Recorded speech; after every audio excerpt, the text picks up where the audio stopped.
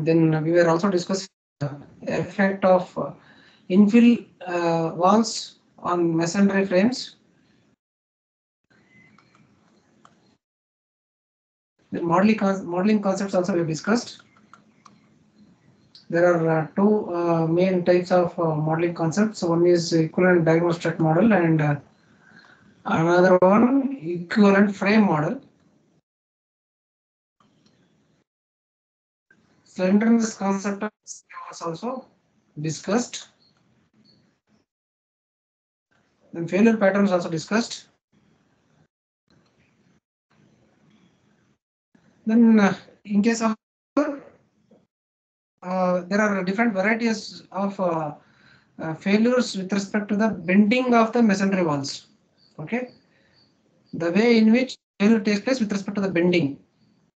Okay, there are three main types of failures which you can notice with respect to the masonry walls in bending. First one is one-way vertical bending. Please write the figure. Take 1 or 2 minutes time. Write the figure.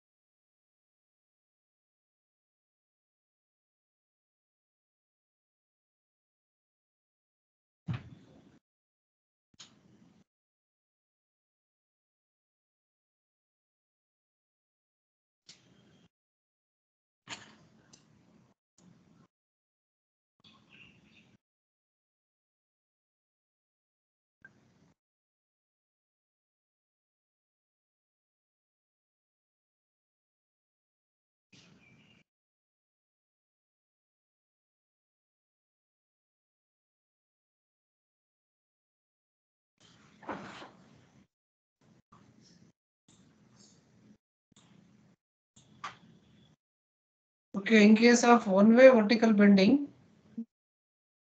uh, in bending, there are three cases as I told: one-way vertical bending, one-way horizontal bending, and diagonal bending. In case of one-way vertical bending, it's a very simple concept.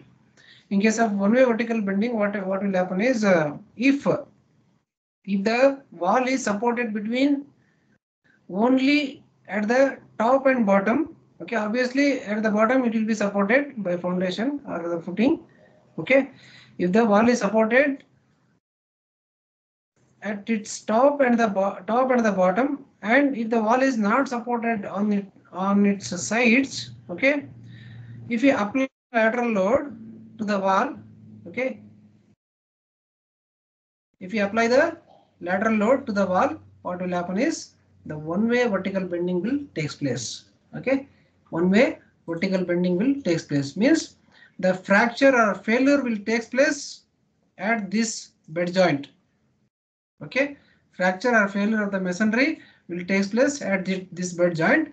When the failure of takes place at the bed joint, okay, at one corner, the tension will be developed.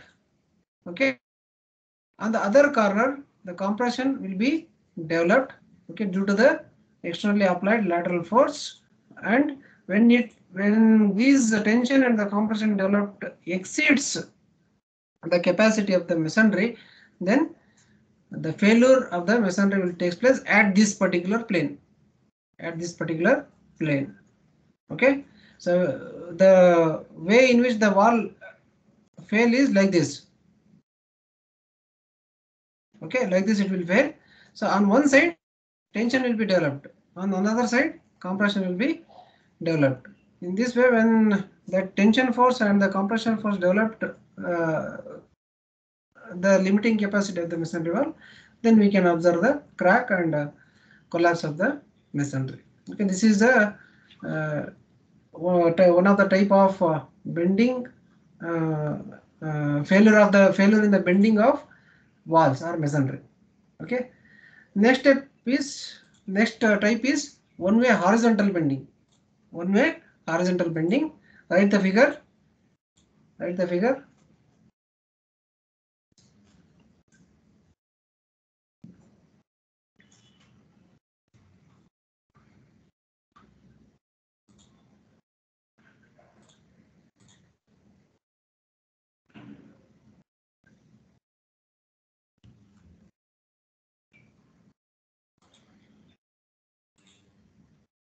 You must practice all these figures. Okay.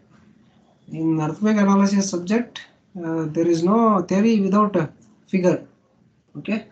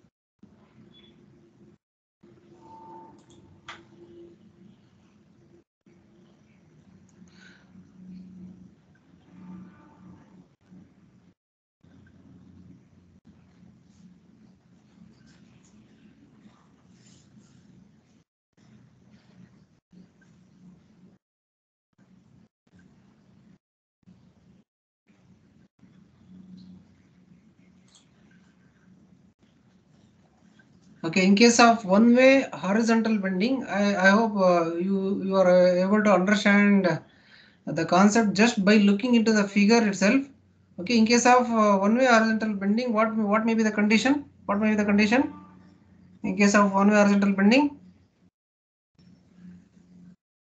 In case of one-way horizontal bending, there will be restraint provided at the bottom, no problem. But the wall will be free at the top, or it may be provided with very little restraint at the top.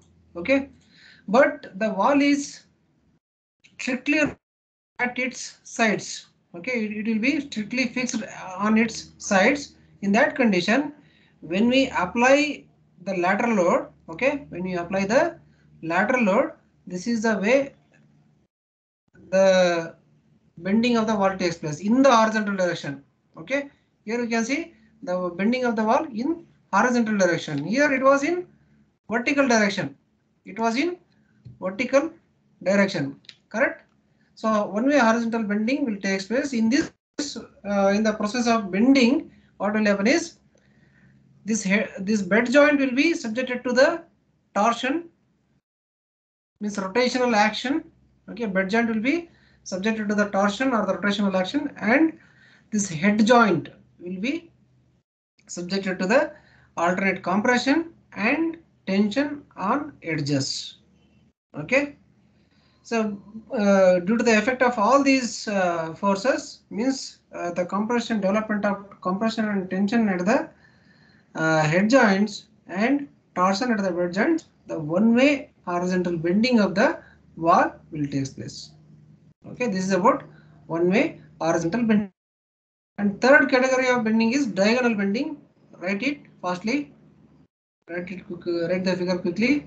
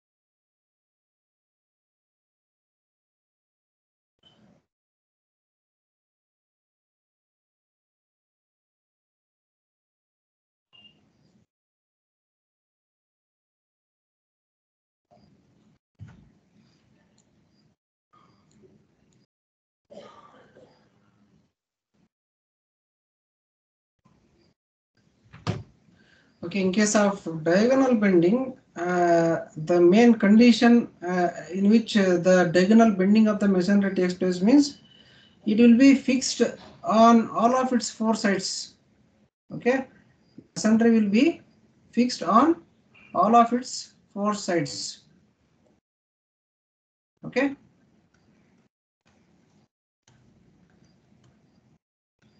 Okay, when the masonry is fixed on all of its four sides, when you apply the lateral load to the masonry, what will happen is the torsion will be induced in both the bed joint as well as head joint. Okay, because of torsion induced in the head joint and the bed joint, we observe a diagonal crack or the diagonal like this, a diagonal failure of the masonry. Okay, as it is fixed on all of its edges, obviously it will be subjected to torsion in both horizontal direction and vertical direction. Okay, the resultant of both horizontal and vertical torsion will cause the diagonal cracks in the masonry. Okay, this is about the diagonal bending. Okay, these are all very simple concepts. We can if you read the neat figure, and you can explain by your own. Correct. So this is about the failure of masonry. The next topic what we have is behavior of masonry during earthquakes. Write the headline as behavior of masonry during earthquakes.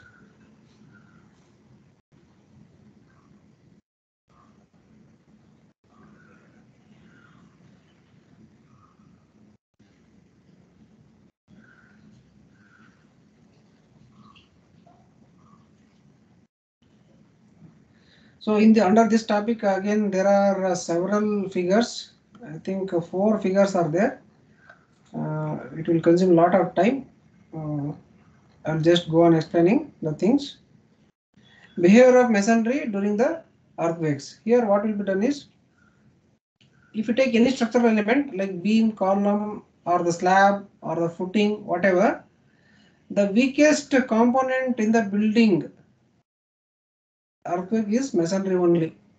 Am I right?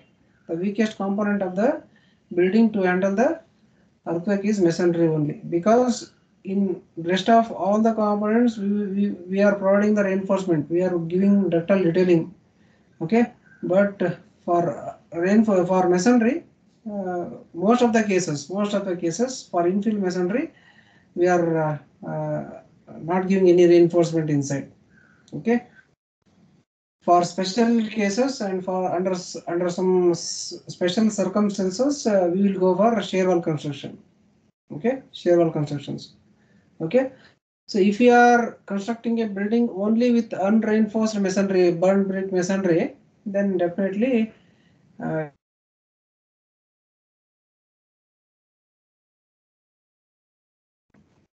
okay, wall is the weakest component for a earthquake. Okay, to handle the earthquake. Here, an example of a wall is taken. A wall of specific length, height and thickness is taken. Okay,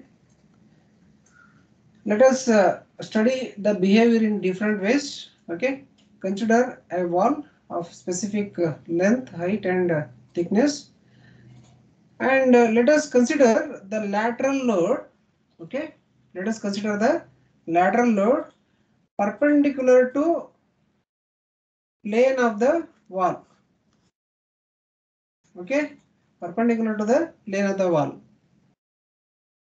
Okay, if we consider the lateral load perpendicular to the plane of the wall, then the deflected shape what we are seeing, that is the way in which the wall will behave.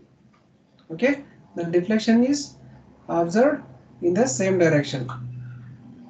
Okay, that is the deflection. This is the figure which shows the deflected shape of the wall. Okay, and this direction of the load, okay, this direction of the load, which direction? The load perpendicular plane of the wall, okay, is the weakest case, okay, which cause more damage to the wall. It is considered to be a weakest case, or it is considered to be a load condition where the more damage to the masonry will take place.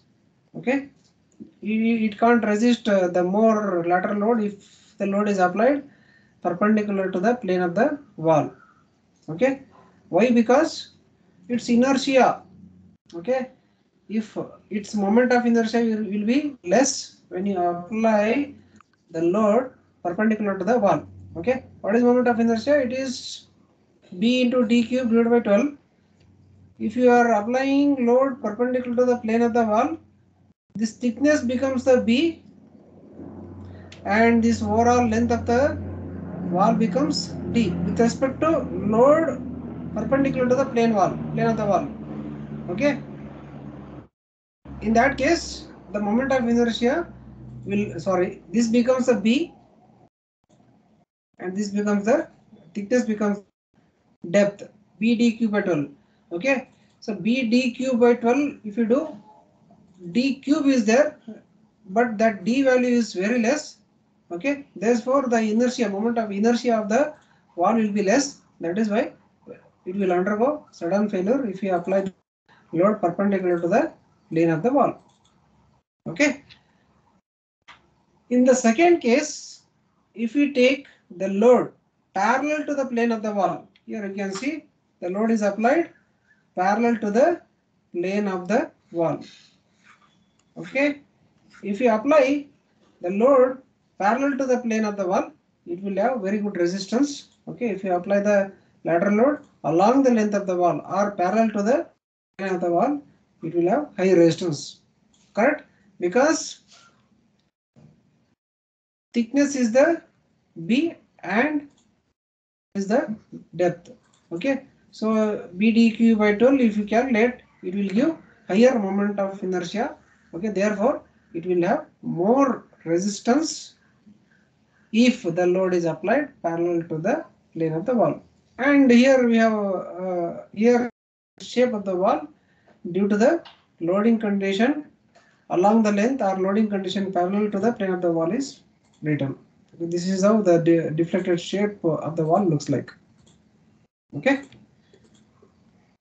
this is the failure.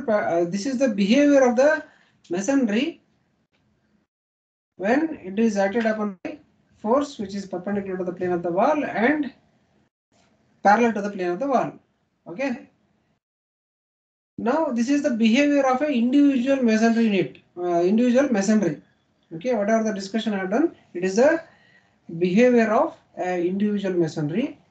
When you take the combined behavior of the masonry walls which are constructed in a structure, which are built in a structure, then again in that we can see two cases. Here you can see, in this case a room is considered. A room is considered in which on all the four sides of the room the walls are provided, masonry walls are provided, but with respect to the joints between the walls, there is no any connection between the joints of the walls. Okay, there is no any connection between joints of the walls. In this case, if we apply the lateral load, okay, lateral load like this, the walls which are subjected to the walls which are undergone the load perpendicular to their plane will undergo failure, will undergo deflection, and the walls which are uh, subjected by the external force with parallel to their planes will undergo lesser deflection. You can see the way in which the deformation occurs.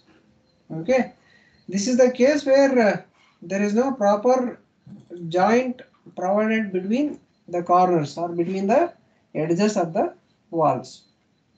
Okay, if a lateral load is applied, to this kind of system, okay, few walls will be uh, acted upon by force perpendicular to their planes, and two walls you can see two walls are acted upon by the force perpendicular to their plane, and two walls are acted upon by the same lateral force in the same direction parallel to their plane.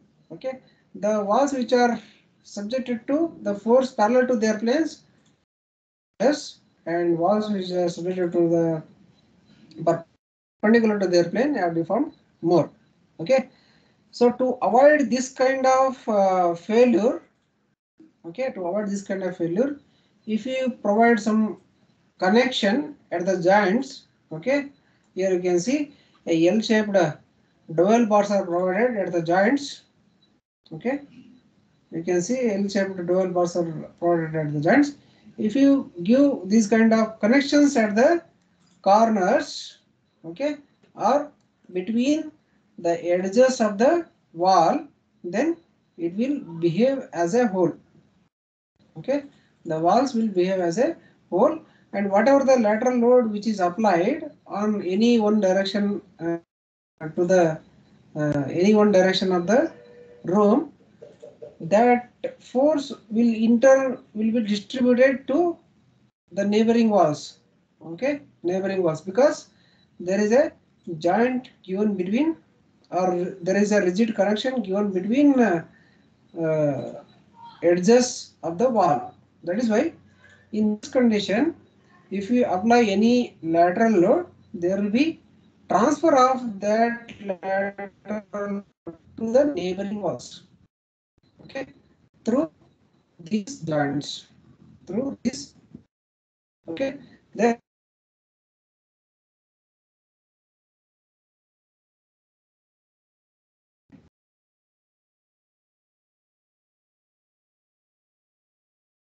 okay, for better performance whenever the lateral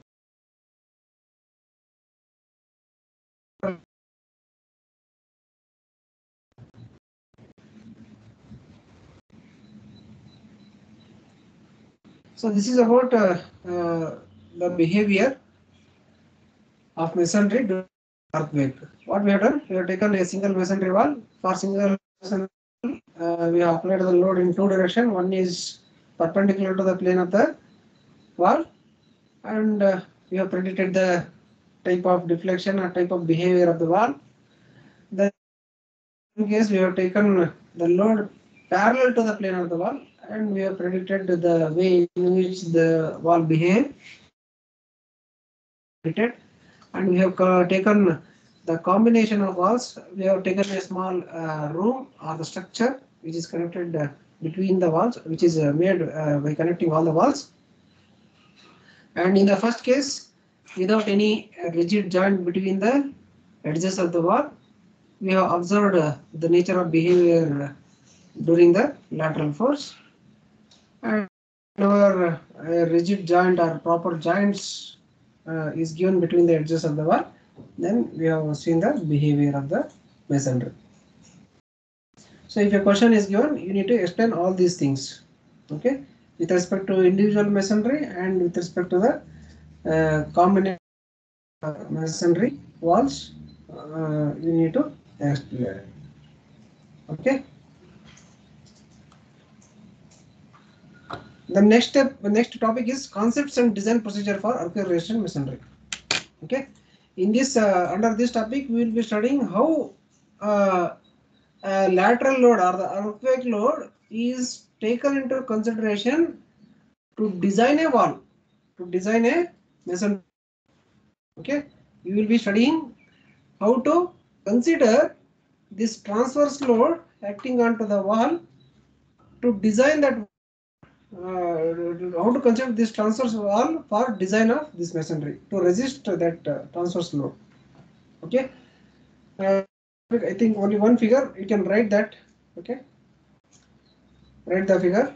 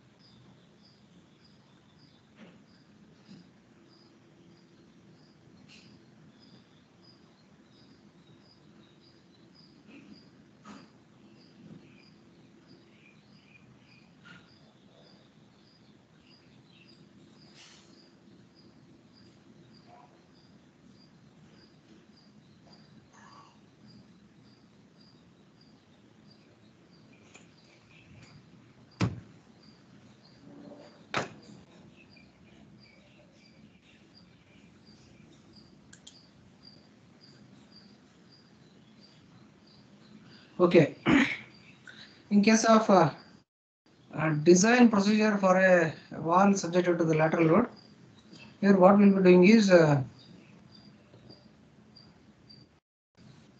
here the whatever the lateral load which is acting onto the wall, no, that lateral load will cause some bending moment to the wall, correct?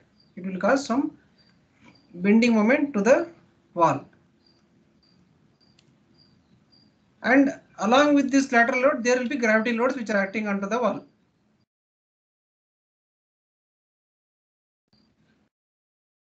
If I take this as centroid of the wall, there will be gravity loads. It may be a dead load or live load. There will be gravity loads acting on the wall. Okay. Along with gravity load, the transverse load is applied to the wall. Transverse load is applied to the wall, which is causing some moment to the wall. Which is causing some moment to the wall. While designing a masonry with considering this transverse load along with the gravity loads, what will be done is this, whatever the moment caused due to this transverse load is there, no, this moment will be coupled to the gravity loads. Okay, whatever the moment caused by transverse load, that moment will be coupled with the gravity loads, and the wall is designed. Okay, now let us see how this moment due to transverse load is coupled with the gravity load. What will be done is, after knowing this moment, okay, after knowing what is the moment which is caused by this transverse load, after predicting the moment caused by this transverse load, what will be done is, this gravity loads are there, no, instead of considering this gravity load along the centroid of the wall, okay, these gravity loads will be considered at an eccentricity E. Okay, at an eccentricity E, such that this gravity load will cause the same moment, okay, same moment which is caused by the transverse load. In this way, this transverse load will be coupled with the gravity load. Are you understanding? Here, what are the moment caused? Okay, what is the whatever the expected moment caused by transverse load? Okay, that moment, knowing that moment, what will be done is, while designing the masonry wall, instead of considering the loads along the centroid of the wall, those same gravity loads will be considered at an eccentricity E, such that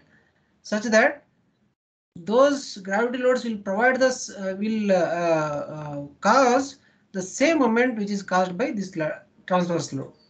Okay, therefore the wall is designed with eccentric loading. Okay, wall is designed with eccentric. If this is the cross section of the, of taking these gravity loads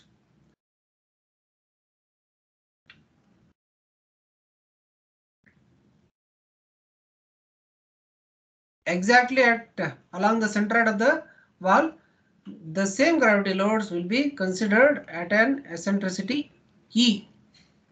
Okay, at an eccentricity E, such that these gravity loads will cause the same amount of bending moment that is caused by transverse load. Okay, so I think in your third semester you are going to learn how to design a masonry wall with eccentric loading. Okay, that thing you will be learning in detail. Okay, in design of masonry structure subject. Is that understood, students? Understood? How to design a masonry wall with the transverse load? Yes, sir. Okay. Here there is no design. You will be just studying this theory part. Okay. And one more thing, if the wall which we are designing, if it is a freestanding wall like compound wall and all they are all freestanding walls, right? Compound walls are freestanding walls. If you consider design of those freestanding walls, if those walls are subjected to the lateral loads, there will be more overturning moment caused due to the lateral force, because there is no gravity load acting on the freestanding wall. Okay, If a gravity load is acting, some of the rotation will be counterbalanced by this vertical pressure. Okay. As the wall is freestanding, there is some overturning effect which is caused due to the lateral load. Okay, though that overturning effect should be taken into consideration if you are designing a freestanding wall. Okay, with some safety. Okay, here you can see the stabilizing moment or resisting moment which we are designing for a freestanding wall should be designed for 1.5 times or with factor of safety. So with some factor of safety multiplied by overturning moment, the stabilizing moment or resting moment should be taken for design of the freestanding wall. Okay, and one more thing, see, if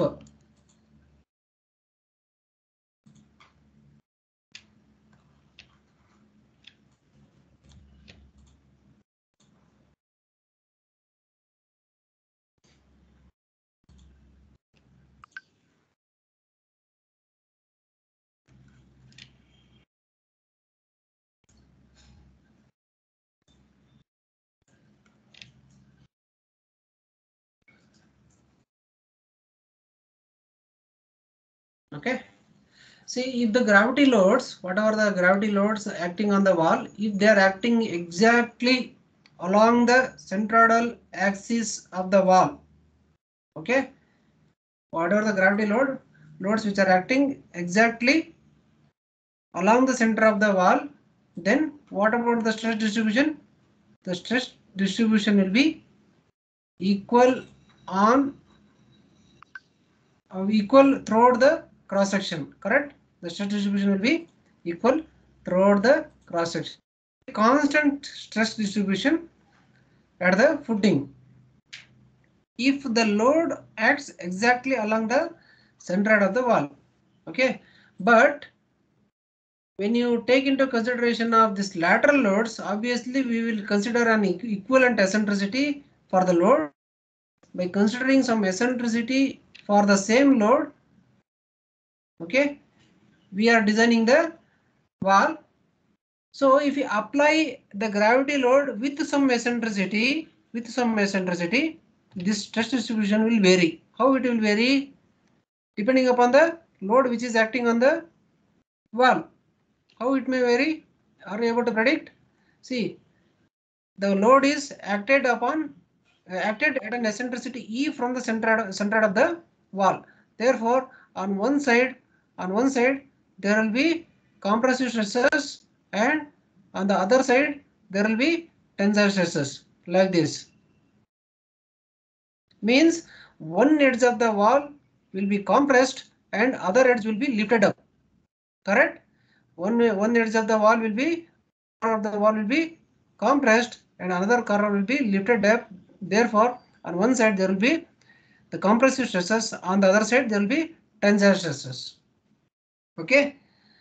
So while designing a wall, okay, here you can see three cases. Okay, there are three cases you can see. This is the very worst case. Okay, worst case on one side there is zero tensile stress, on the other side compressive stress is more. Okay, here also you can see one case where the point where the stresses are zero is located at left part of the wall, and point where stress is zero is located on the right part of the wall. And while designing, we should keep in mind that whatever this zero stress point is there, no, this zero stress point should come anywhere in between 1/3 portion of cross section.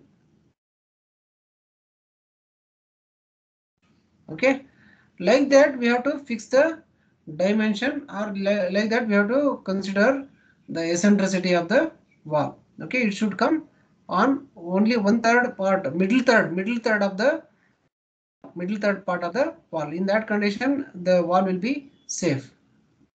Okay, in that condition, the wall will be safe. This is the very worst condition.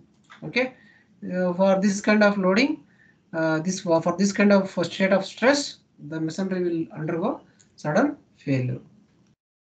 Okay. So this is how we design the masonry wall by considering the transverse load. Okay. I'll brief the things once again. If you want to design a masonry wall by taking into consideration of the transverse load, then that transverse load will be coupled with the gravity load. Okay, how it is coupled means by considering an equivalent eccentricity which can cause the same amount of moment that is caused by this transverse load. Okay, that is the one aspect. Another aspect, while designing the wall, we should ensure that this zero stress point, okay, when you consider the eccentricity, obviously there will be compressive stresses on one corner and tensile stresses on the other corner. There will be compression and there will be lifting up of wall on the other side.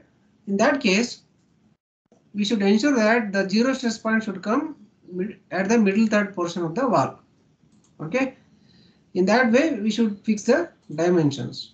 Okay, so overall the parameters which we need to take into consideration for the design of the wall for the lateral load is compressive stresses should be within the limits. Okay, on one side compressive stresses, on the other side tensile stresses will be both these compressive stresses and tensile stresses should be within the limit. Within the limit means this zero stress point should come middle third portion of the cross section of the wall. Okay, if that point comes at that point comes between middle third portion, then obviously it is understood that this compressive stress and tensile stress are within the limits. Okay, then stability against overturning, as I explained for a freestanding wall, there will be overturning moment. For that overturning moment, we should take the stabilizing moment by multiplying that overturning moment with the factor of safety. So that stability against overturning should be taken care. Then bearing pressure on soil to be within the permissible limits, SBC. Okay, whatever the load which is acting on the wall, and what is the whatever the total stress which is transferred to the underlying soil, it should be within the limits of properties of the soil. Okay, that's say bearing capacity of the soil. Okay, so keeping in view of all these things, we will design a masonry wall for lateral load. Okay, so this is about the design procedure for a masonry wall for the lateral load. Okay, the next is flexural strength or bond range test. As we all know, whenever the masonry is subjected to the lateral load, obviously there will be flexural failure instead of compression failure. See, if you apply this load with an eccentricity, what will be the type of failure? It will be flexural failure only, correct? It will be flexural failure only. Therefore, we should know, we should be aware of how to measure that flexural strength of a wall. Okay. To measure that flexural strength of the wall, there are several methods or several types of tests available. Okay, in that the very common test performed to measure the flexural strength is the bond range test. Okay, the bond range test is used to evaluate the flexural strength of the brick. Flexural strength of the masonry. Okay.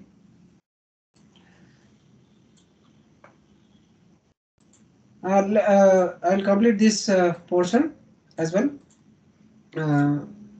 Here, what the procedure of this flexural strength test is a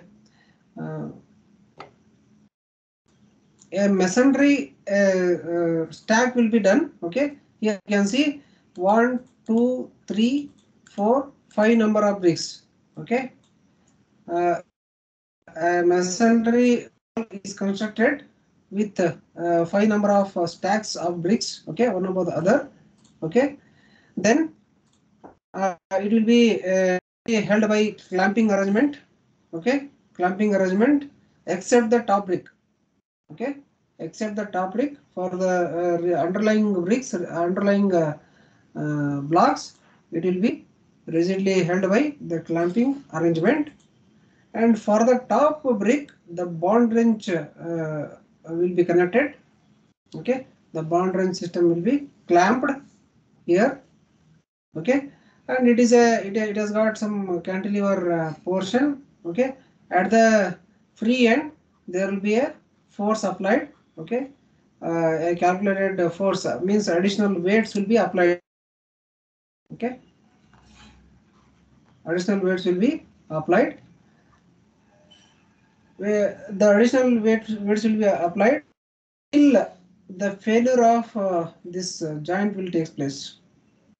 Okay, still the failure of this joint or the failure of this will take place. Okay, the weight is increased at the cantilever end till the failure takes place. Failure of this bricks takes place. Okay, when you look into the failure, of the brick, there are three types of failure which you can observe. Okay, there are three types of failure which you can observe. One is the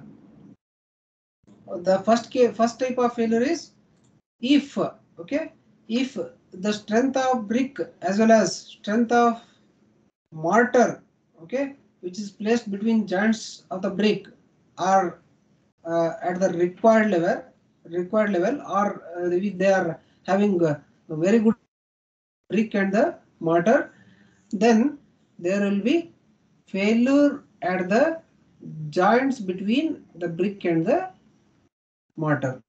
Okay, there will be failure at the interface between the mortar and the brick surface. Understanding?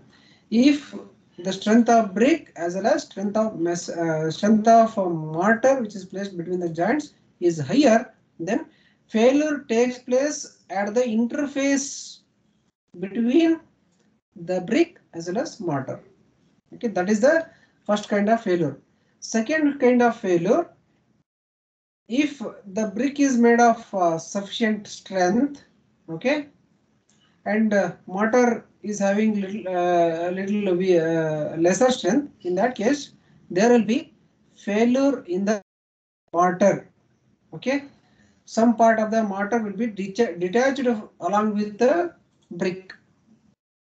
Okay, if the brick is having sufficient strength, okay, and the joints between or the interface between the brick and the mortar is properly joined, then in that case failure in the mortar will take place. Okay, some part of the mortar will go with the okay, so failure in the mortar will take place.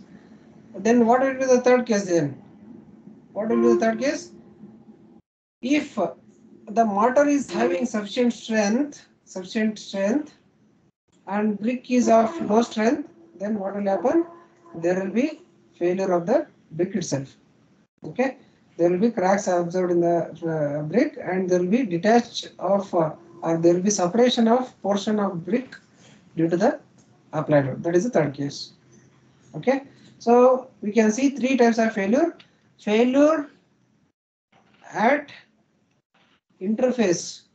Okay, interface between the brick as well as mortar.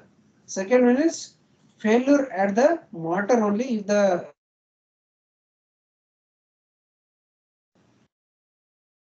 failure at the brick only. Okay, if the brick is made up of lesser compressive strength or the tensile strength. Okay, these kinds of failure. Yes. These kinds of failures are observed. Finally, after noting down the ultimate load where the failure taken place, we can calculate the flexuration by using this formula. Okay, that is moment applied divided by ZU divided by N applied divided by AU, where N is the self weight of the brick. Okay, self weight of the brick. Self weight of the brick divided by cross sectional area of the brick. M is the moment. Moment you can calculate. This load applied at the edge multiplied by this lever arm distance. Okay, load applied at the edge multiplied by lever arm distance will give the moment. Okay, that moment you can calculate, and section modulus of the brick also can also be calculated by using this BD square by 6 formula. By knowing all those things, we can calculate what is the ultimate flexural strength of the brick masonry. Okay. Similarly, when the top layer of the when the top brick is broken, no, then same procedure is continued for underlying bricks. Okay, up to the second brick. Same procedure continued, and successive flexural strengths are noted, and finally the average strength will be calculated. Understood the procedure, students? Have understood the procedure? Yes, sir. Yes,